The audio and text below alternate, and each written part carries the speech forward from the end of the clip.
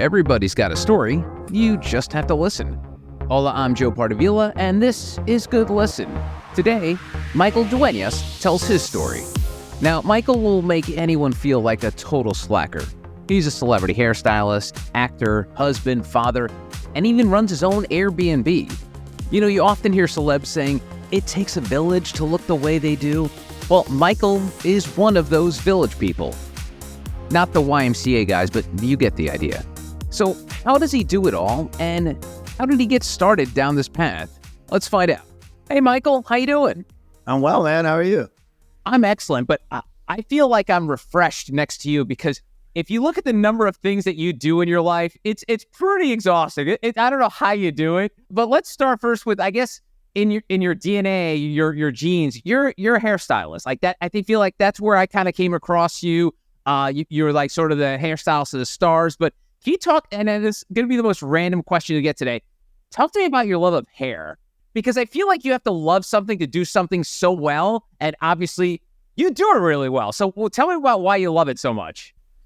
So for me, hair can change the way someone feels about themselves, how they're perceived, their confidence in every aspect. You can make someone almost feel like they are a different person. My mom raised me as a single mom, and when she got her hair done, she walked out into that world like she was ready to take it over.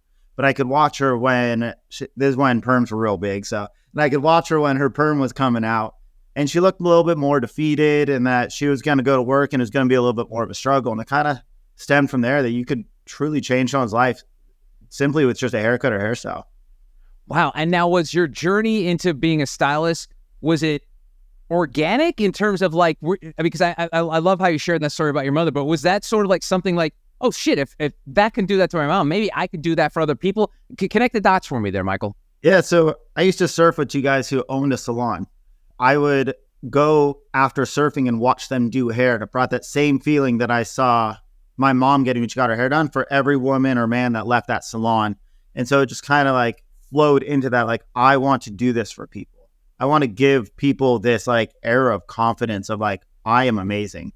And I never thought of myself as an artist until I started doing hair. And it was the first time in my life, like, maybe this is my thing. And it kind of went from there. Wow. What were you doing before you found sort of quote unquote your calling here? Were you just like, were you just getting by, like just get jobs? What were you up to? So I always wanted to do hair, but I wasn't old enough to do it yet. And so we're going to date myself now. Okay. I did construction and I sold shoes. Sold shoes? Yeah, I worked for Vans and I worked at Converse. Oh, okay. I did construction. And I started working, man, this is not really legal, but I started working when I was 12 doing construction. And then I got my first job with a worker's permit at, I want to say it was 14. I started working at Converse and Vans at the same time. As soon as I was 16 and a half, I was able to get hired by a salon, and I started as a receptionist, but I was assisting at the same time as I was a receptionist. Take me back to that 12-16 gap. Why? Was it because of financial struggles? Was it just part of who you were? Tell me about that. Financially, my father had passed when I was really young, and so my mom was trying to do everything on her own. She had remarried to not a nice human being. We can leave it at that. And so we didn't really have funds for a long time growing up. We had like financial assistance basically and food stamps and stuff to kind of get by. And I didn't want that life. I wanted different things. So started working basically as soon as I could so I could build a future for myself and help my mom out as much as I could. Same thing that my brother did too. Wow, that's great. What a great story. So let's make the jump from surfer hairstylist to then becoming a Hollywood hairdresser to, if you go to Michael's Instagram, it's just loaded with a bunch of celebrities you work with. Can you describe that jump? Yeah, I was working at a salon, and I'll give it like the quick synopsis basically because I feel like it's the world's longest journey. I was working at a salon and got hired by a hair care company to do education for them. And that's when I kind of realized like, whoa, there's more than just working in a salon. And I started traveling around teaching classes all over the US for them. And then I started looking at magazines a little different, like how are people getting their names in the spine of a magazine? It's when there wasn't really internet to go on and look how people do stuff. And I would open up and I'd read everybody's name and be like, represented by, what does that even mean? Turns out it was an agency who represented this hairdresser. So I started teaching, started really wanting to do that. My then roommate, after about 7 years of teaching, my roommate that I lived with in Lower East Side in New York was a makeup artist, and he did everything that I wanted to do. And so he's like, look, you have to build a portfolio. And so I just started doing photo shoots for free, like everything you can imagine. I worked in the salon 5 days a week and then did photo shoots after work and on the weekends when I wasn't actually working in the salon, just building a portfolio. And I started building it up as much as I can to where other photographers like, hey, you worked with so-and-so, can I hire you? And it was like this cool feeling, like it organically started happening. And my roommate started booking me on fashion shows. So my very first fashion show that I led a team was actually JCPenney at the Herald Square Mall in New York, if you know where that is. Yeah, of course. And, I was like, I couldn't wrap my head around that I was doing a JCPenney fashion show. Now I laugh about it. But it was like my foot in the door. And so a few more photographers heard about me. And so I was able to build my book more and more. And so one day I brought it to an agency. It's when you had to print out a portfolio, leather bound. It was from this place called House of Portfolios. And I had 9x11 papers in it. Like I spent hundreds and hundreds of dollars printing out my photos, and then the portfolio itself, I still have it. It's like a leather bound book, and it was like $700. Wow. And at the time, I was like, I can't believe I'm spending this, but let's try. I went to this agent, and he liked my work. He's like, we can see what you can do. And it was just like, oh my gosh, someone wants to work with me. And the very first client that he booked me with was Mariah Carey. And I couldn't even wrap my head around it. And I was like, I'm going to go do Mariah Carey right now. And I was at the salon, and they wanted me there. I want to say it was 3:00 in the afternoon, and this was 9 a.m. at the salon. And I went and I told the owner of the salon I was going to do Mariah Carey, and he was furious that I was going to leave the salon. Wow. Granted, people booked me out like 6-7 months in advance. I did like 16 people a day, and I was like, I don't care. I was going to make way less money doing Mariah Carey than it was my clients in the salon, but I knew what path I wanted, where I wanted to go. I ended up leaving early that day. I did Mariah. Then I continued to do Mariah every morning for like 5 days a week at like 5 a.m. or 5:30 a.m. And then I'd go to the salon. And then one day I walked in and the owner of the salon was like, hey, you need to make a choice. It's either me or Mariah. And I just looked at him and I said, Mariah. And I walked out of the salon. And that was the last day I ever worked in a salon. And that was 15 years ago almost. Michael, we got to go back a little bit because you went from spending all your hard-earned money on making this portfolio, you're doing free gigs, and then you're working for like one of the biggest pop stars in the world. How did you wrap your brain around being able to process all that and then actually do a good job on Mariah's hair? Because that seems like, I mean, looking back at it now, you must be like, man, I don't know what I was thinking. I didn't know what I was thinking. I had no idea what I was doing. It was the scariest thing I had ever done. I had no idea if I did a good job on her or not, or if she was just booking me because the agent, but I was happy that I was doing it. I went from making very, very good money to, when I went freelance, asking my roommate to help me cover rent. That was the huge shock of like, am I making the right decision? But that's what grew my hunger, my desire. Like, I got to get more clients. I got to do this. I got to make Mariah happy. And so I continued my education so I could get better at styling. And I used to take classes, and then I was still teaching classes just because if this one person booked me, who else is going to book me? How much bigger of a client can I get? Is there someone bigger? And just kind of worked as hard as I could and had such a desire to never work in a salon again. I made it my mission in life to never do that. And so it just kind of pushed me. I'm curious in terms of the way you were able to process it, because you were a grinder. You know, we've already talked about work construction, selling shoes, then getting a daily job where it was kind of secure. Like you said, you were booked out. People seem to enjoy you. You're doing a great job at a salon. But then you take this huge swing to become a freelancer, which, you know, for folks in the entertainment industry, it's basically a freelance job. Even if you're a movie star, you're still freelancing. You're a gig worker. To me, Michael, if you said that to me, that scares the living shit out of me. So how were you able to come to Jesus of like, oh my God, I'm leaving something that could be super steady to this is going to be really, really risky?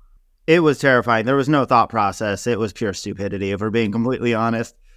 I've been a daredevil my whole life, but everything's kind of been calculated. It's been like, okay, if I do this, this could potentially happen, but I'm going to do my best not to let it. And this was just like, yo, this is really cool. I'm going to do that. And I didn't think of, oh, I'm not going to be making almost $7,000 a week anymore. Okay. Like, that's a lot of money to walk away from when you're like 23 years old. That is a lot of money. I walked away like thinking, oh, this is going to be good. And I had been paying for my mom's car. I was paying a ton of money in rent. I was buying my brother clothes. I was just spending money like it was coming in left and right. Turns out that doesn't work out well when you have no money coming in. Right. One client doesn't support you.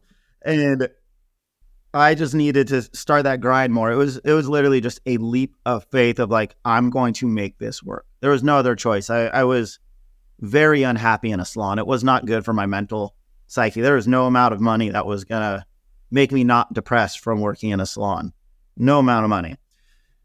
And it was terrifying. I mean, I went from like having a bank account I dreamed of to like, so that Wonder Bread is $1.75.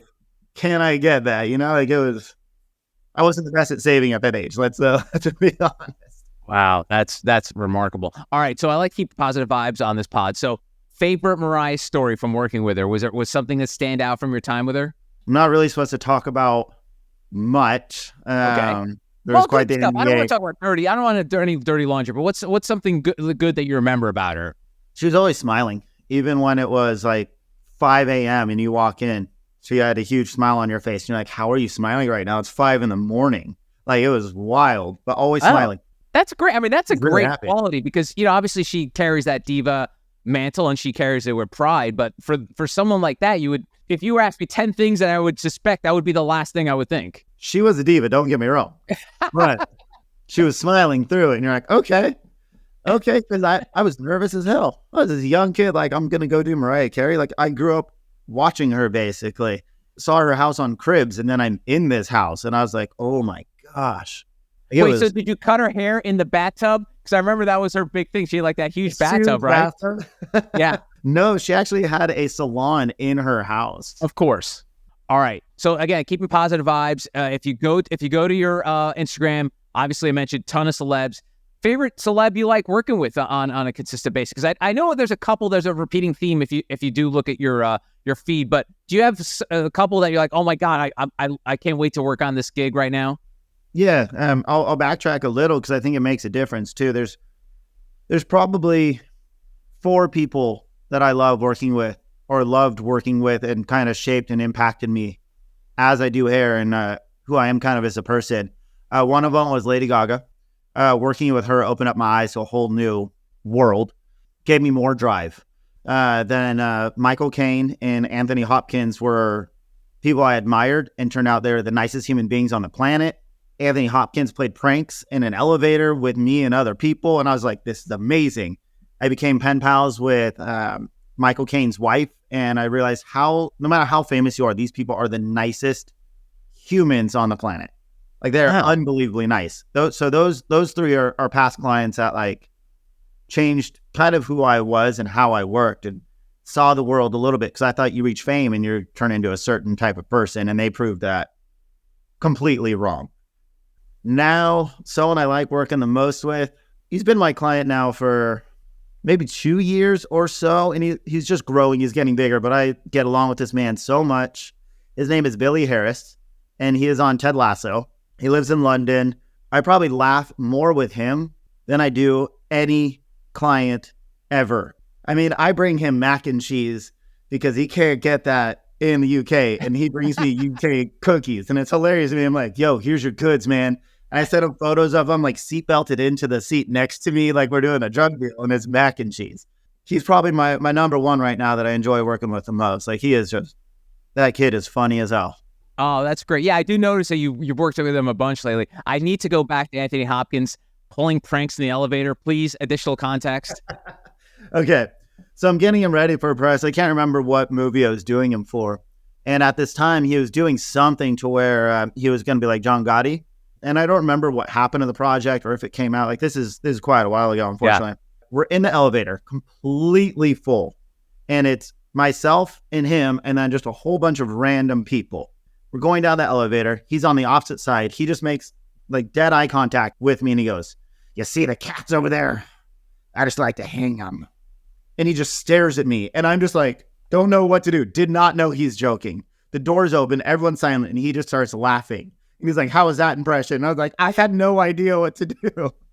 Wait, so what impression was he doing? He was doing John Gotti's voice, and he just said the most random thing he could say to see what people did. I had no idea what to do. What was the response in the elevator when he did that? Oh, silent. No one said a word, and I just stared at him like, didn't know if he was losing it, didn't know what was happening, and he just started laughing as soon as the doors opened. And then there was like a sigh of relief from everyone, and everyone just starts laughing and looking at him. And he's like, "How was that voice?" And I was like, "Oh my gosh."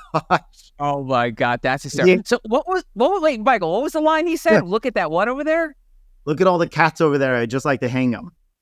And I think he's talking to like cool cats, like type of thing, like for 20 slang. I honestly had like no idea.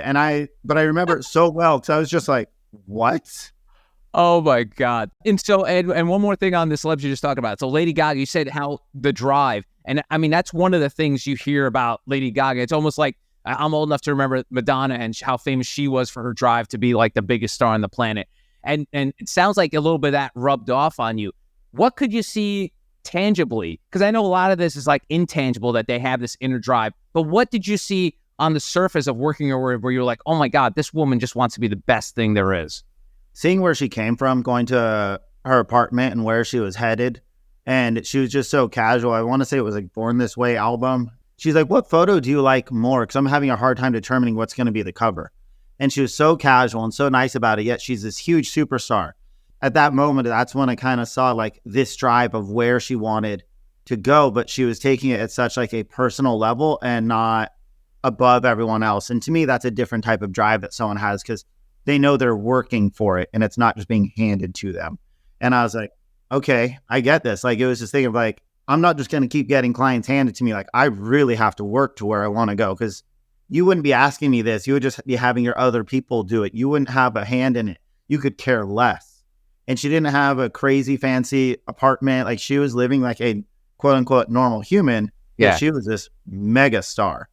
It was humbling at the same time. And like, this is where drive gets you. This is doing it right. Wow. And it's so funny. Like, I think that was like her follow-up, that Born This Way album was huge. It was coming off like Let's Dance and all that other stuff. And here she is talking to her hairstylist, who probably she barely knows, and trying to get her opinion. That's pretty remarkable. It was cool. That honestly like made me shift the way I thought of like being higher than someone else, or thinking things are going to come to you because you have a big name. Like, we're all on that same page working hard to make it. And there's others who just work harder and appreciate it instead of just like, I worked hard, now I have this.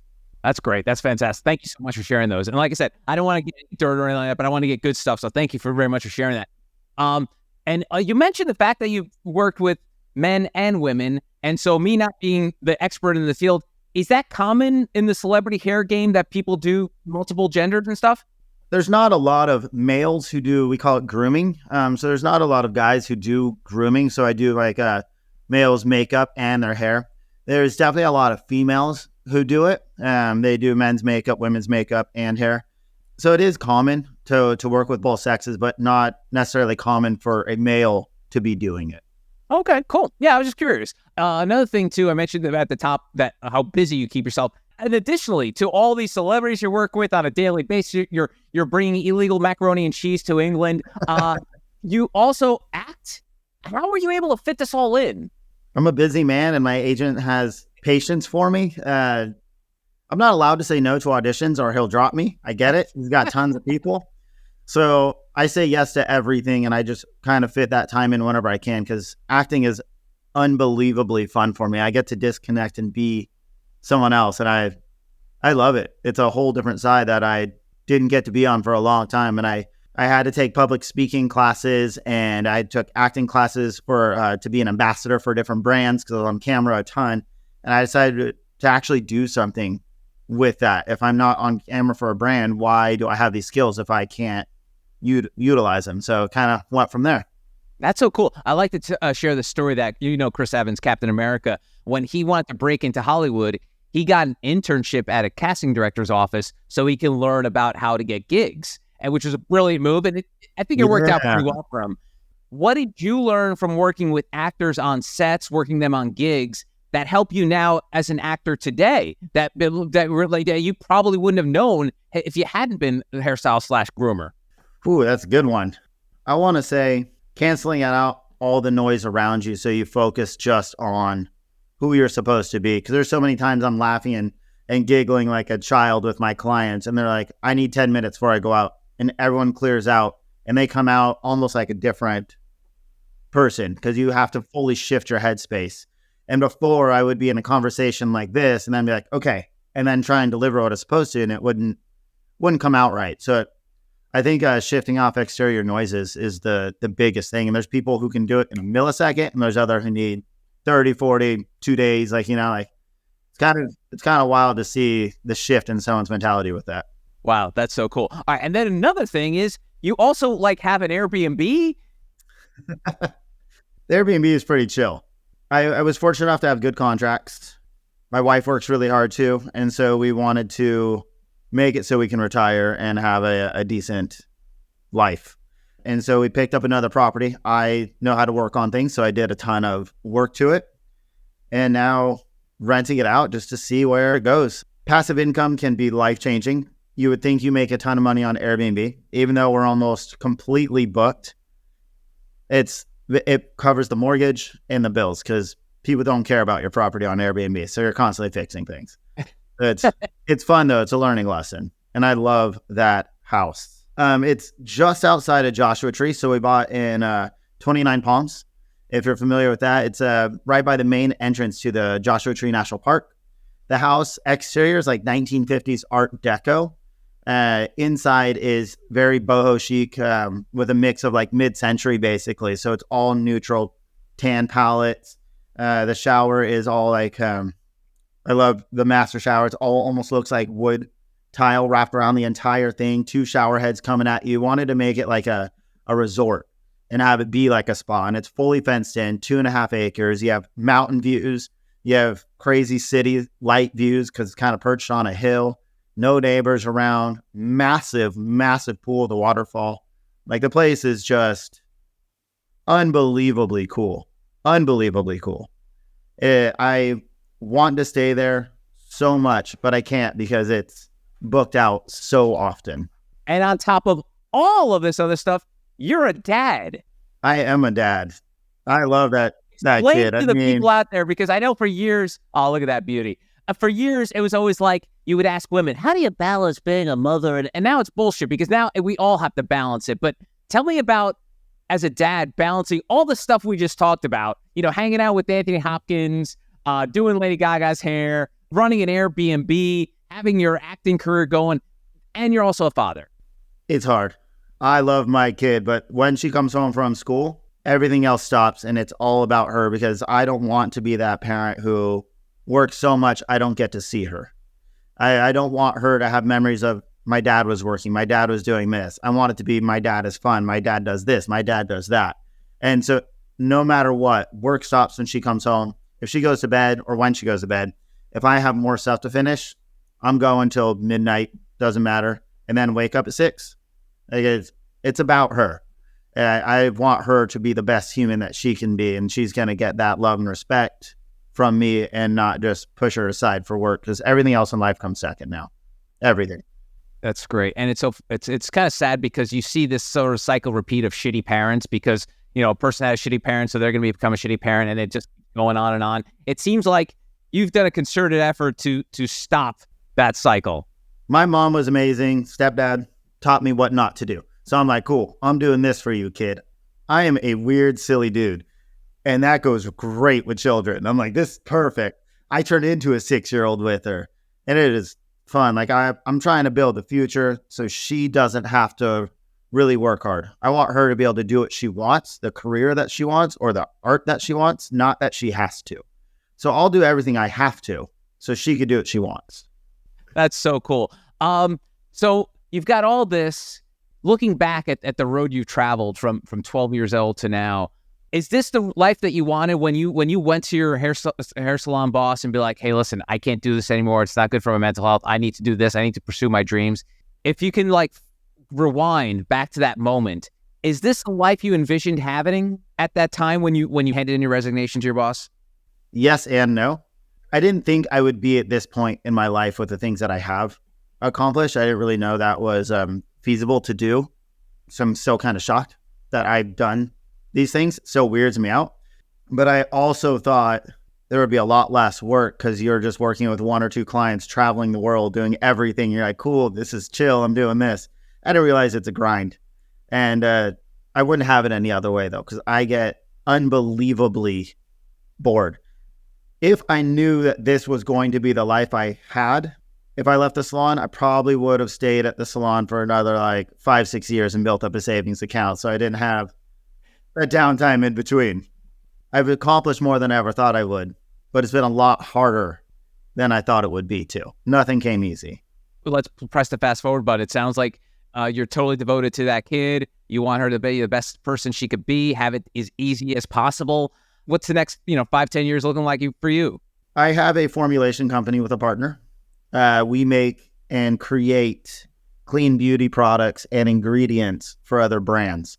My thing with that is to kind of get that bigger and bigger and bigger as we're building out our manufacturing facilities now and creating products that have never been made for brands that come to us. And that's fun. I kind of went back to online school, you could put it that way. And I learned how to do full 3D renders, how to make labels and all the nuances when it comes to FDA and making ingredients and getting things done. So I'm using that skill set, and I'm hoping in the next 5-10 years that is just going off so I can help clean up the beauty industry. And that's kind of where I see myself headed. All right. So if someone accidentally comes across this podcast and they see, ooh, celebrity hairstylist, I want to be a celebrity hairstylist. Obviously, the game's changed now. You don't have to spend $800 on that leather binder anymore. But what kind of advice would you give to the next gen of stylists out there, hair groomers, what have you, in terms of like getting into the game now? Oh, it is so different now with Instagram, TikTok. Be genuine and build your socials around who you are and the hair you do. There's enough that pretend to be someone else when they're on set, and you can kind of see through all that, and clients and publicists don't want that. But if you are yourself and you do good work, you're going to go further than 99% of the people who are doing this. But it is a grind. Build your book and only put in images that you are unbelievably proud of. No room for filler. It also saves some money too, right? That's probably what Yeah, exactly.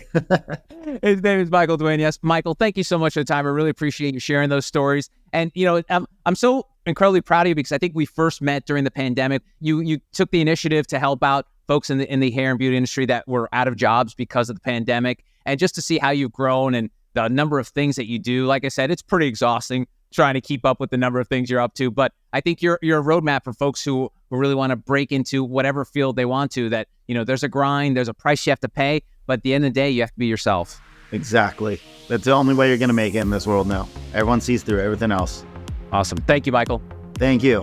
And that's today's Good Listen. I'm Joe Pardavila. You can always connect with me on X, LinkedIn, and Instagram at Joe Pardavila or TikTok at jpardavila. If you want to reach out, feel free to shoot me an email at joepardavila@protonmail.com and tell me your story.